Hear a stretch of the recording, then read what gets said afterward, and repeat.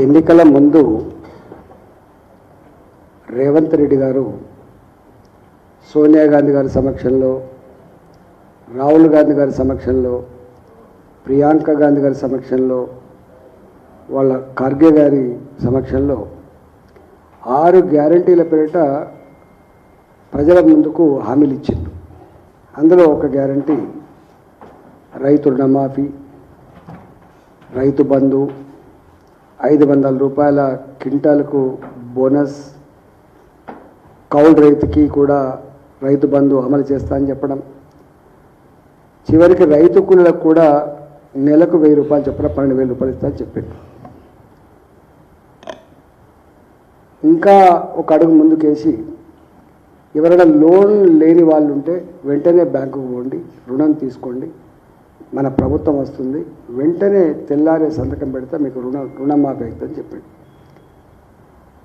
3 నెలలు గడిచింది, 4 నెలలు గడిచింది, పిల్లి గంతులు వేస్తుండ్రు రేవంత్ రెడ్డి తప్ప, దిక్కులు చూస్తుండ్రు తప్ప ఎక్కడ సప్పుడు లేదు.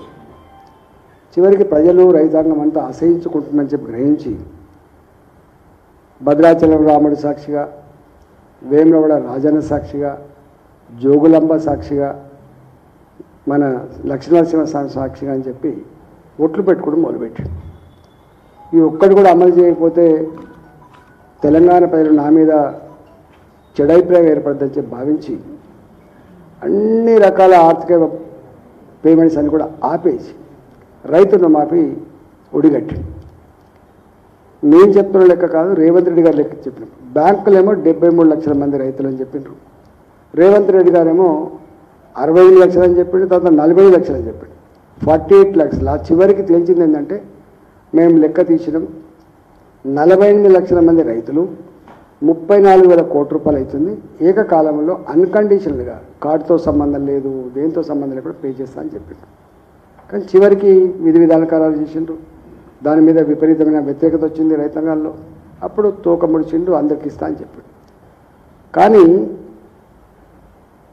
17,000 కోట్ల రూపాయలు పే చేసిన అని చెప్పి ముఖ్యమంత్రి కార్యాలయం విడుదల చేసింది తప్ప ఇంతవరకు ఏ వ్యవసాయ అధికారి దగ్గర లెక్కలు లేవు. నేను దాని తరపడి మేమంతా గ్రామాలకు పోయినాం, రైతుల దగ్గర దరఖాస్తు స్వీకరిస్తున్నప్పుడు 35 నుంచి 40% మంది రైతులకు మాత్రమే రుణమాఫీ అయింది. మిగతా అన్నీ కూడా రకరకాల కండిషన్లు పెట్టి, ఏ విధి విధానాల పేరిట అయితే రకరకాల కండిషన్లు పెట్టిండో దానివల్ల మాకు ఎవరికి రావట్లేదని చెప్పి కన్నీళ్ళు మున్నీళ్ళు అయినరు. కొంతమంది అయితే మా దగ్గర మేడ్చల్లో ఎంపీడీఓ ఆఫీస్ ముందున్న చెట్టుకు ఉరేసుకున్నాడు చిట్టాపూర్ రైతు. ఇట్లా రైతుల ఆత్మహత్యలు కొనసాగుతున్నాయి, ఆందోళనలు కొనసాగుతుంటే భారతీయ జనతా పార్టీగా ప్రజల ముందు పోయినప్పుడు మాకు అన్ని దరఖాస్తులు ఇచ్చింది. మేమన్నాం వాళ్ళు ఇంకా చేస్తారేమో, వాళ్ళకు చదువుకుంటున్నారేమో, వాళ్ళైనా ఇంకా విధిగా ఖరారు చేస్తామని చెప్పి ఎదురు చూసింది. కానీ 17,000 కోట్ల రూపాయలు వాళ్ళే ప్రకటించుకొని దాని ఇక ఇది క్లోజ్ అయినట్టుగా వ్యవహరిస్తాను. కాబట్టి రైతుల పక్షాన మాకు వచ్చిన దరఖాస్తులు, మాకు వచ్చిన విజ్ఞప్తుల మేరకి, మాకు వచ్చే రోజువారీగా ఫోన్ల మేరకి భారతీయ జనతా పార్టీ పక్షాన గౌరవ పార్లమెంట్ సభ్యులు కావచ్చు, గౌరవ శాసనసభ్యులు, శాసన మండలి సభ్యులు, రాజ్యసభ సభ్యులు, వారితో పాటుగా మాకు గౌరవ కార్పొరేటర్లు, గౌరవ ప్రజాప్రతినిధులందరూ కలిసి పార్టీ సమక్షంలో రేపు పెద్ద ఎత్తున దీక్ష చేయబోతున్నాం.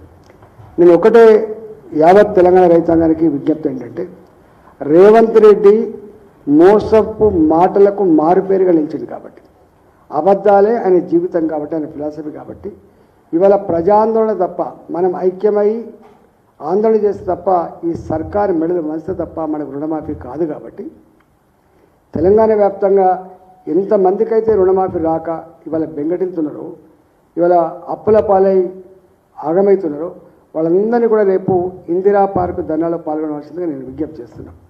రేపు ఉదయం 11 గంటల నుంచి మొదలుపెట్టి ఎల్లుండి ఉదయం 11 గంటల వరకు ఉంటుంది. కాబట్టి ఇవాళ ఇది 24 అవర్స్ దీక్ష. కాబట్టి దయచేసి ఎవరెవరి రైతులైతే ఇవాళ మాకు ఫోన్ చేస్తున్నారో, ఏ రైతులైతే మా పార్టీ పక్షాన ఊళ్ళలోకి వచ్చినప్పుడు మాకు మీ నివేదికలు ఇచ్చిండ్రో వాళ్ళందరూ కూడా తల్లి వచ్చి దీన్ని విజయవంతం చేయాలని చెప్పి నేను కోరుతా ఉన్నా. రేవంత్ రెడ్డి ఆయనకు సెన్సిటివిటీ కానీ, అయ్యో ప్రజలు అనేటువంటి భావన కానీ, రైతాంగానికి అబద్ధం ఆడితే మంచిది కానటువంటి సోయి లేదు. ఇలా రుణమాఫీ చేయకపోతే నాకు తెలిసి రైతు బంధు రైతు బీమా రైతుకి ఇచ్చేటువంటి 500 రూపాయల బోనసు ఇవన్నీ వస్తాయనేటువంటి నమ్మకం లేకుండా పోయింది. కౌలు రైతులైతే కౌలు రైతులు కావచ్చు, రైతుల మీద డిపెండ్ అయినటువంటి కూలీలు కావచ్చు, వాళ్ళకి ఎవ్వరికి వచ్చే పరిస్థితి లేదు. ఈయన వాళ్ళకం చూస్తూ ఉంటే ఈయన ఆర్థిక స్థితి కానీ ఈయన మాటలు కానీ ఈయన ఆచరణ కానీ చూస్తే ఈయన అమలు చేసినట్టుగా మాత్రం కనపడతలేదు. అందువల్ల నేను రైతాంగానికి, తెలంగాణ రైతాంగానికి నేను వినమ్రంగా విజ్ఞప్తి చేస్తున్నా, మీరందరూ కుమిలిపోయే కంటే, బాధపడే కంటే, ఊక దరఖాస్తు ఇచ్చి దండం పెట్టే కంటే ఈ ప్రభుత్వం మెడలు వంచడానికి మేము మీ పక్షాన సిద్ధంగా ఉన్నాం. కాబట్టి మీరంతా కూడా తల్లి రండి,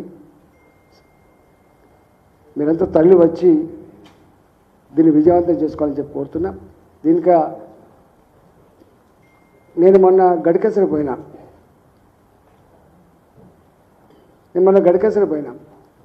సొసైటీ మీటింగ్ 1206 మందికి రుణాలు తీసుకుంటే కేవలం రైతు రుణమాఫీ అప్లై అయింది 200 మందికి మాత్రమే, అంటే 1006 మందికి అప్లై కాలే. నేను ఇంకొక సొసైటీకి పోయినా, పొడు సొసైటీకి పోయినా, రాలే. అందుకని ఇది పార్టీల పరంగా కంటే కూడా రైతుల కోసం చేస్తున్న దీక్ష కాబట్టి